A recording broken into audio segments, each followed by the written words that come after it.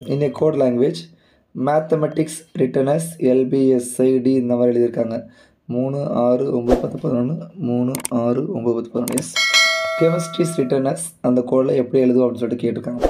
இப்போ இதில் என்ன கோடு இருக்குது அப்படிங்கிறத கண்டுபிடிக்கணும். இப்போ இதுலேயும் எம் இருக்குது 5 6 7 இதுலேயும் எம் இருக்குது முதல் எழுத்து எல் இருக்குது 3 6 இசட் இருக்குது. அப்போ ஏதோ ஒரு சேம் கோடு வரலைங்கிறது தெரிஞ்சு போச்சு. ஓகேவா, சேம் கோடு வரலைங்கிறது எனக்கு தெரிஞ்சு போச்சு. அப்போ ஏபிசிடி தான். ABCD EFGHI JKLM NOP QRST UVWXYZ. Okay, so என்ன பண்ணியிருக்காங்க, ஃபஸ்ட்டு எம்முக்கு பதிலாக எல் போட்டிருக்காங்க. எம்முக்கு முன்னாடி உள்ளது -1 வந்து எல். ஏக்கு பதிலாக பி போட்டிருக்காங்க +1. டீக்கு பதிலாக எஸ் போட்டிருக்காங்க -1.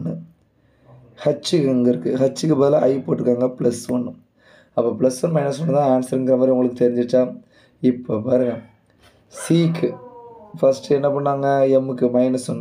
அப்போ சிக்கு -1 பியில் ஸ்டார்ட் பண்ணுறது ஆன்சர். அப்போ 2 ஆன்சரில் 1 தான் ஆன்சர். அப்போ ஃபஸ்ட்டு வந்து -1 +1 இது ஐ வந்து என்னது -1.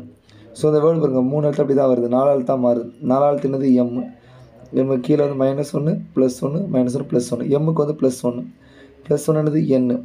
அப்போது எம்முக்கு பதிலாக எண்ணு வரணும். இந்த இடத்துல எண்ணு இதில் இருக்குது, இதில் தான் இருக்குது. ஸோ ஆன்சர் பிங்கிறது தான் கரெக்ட்.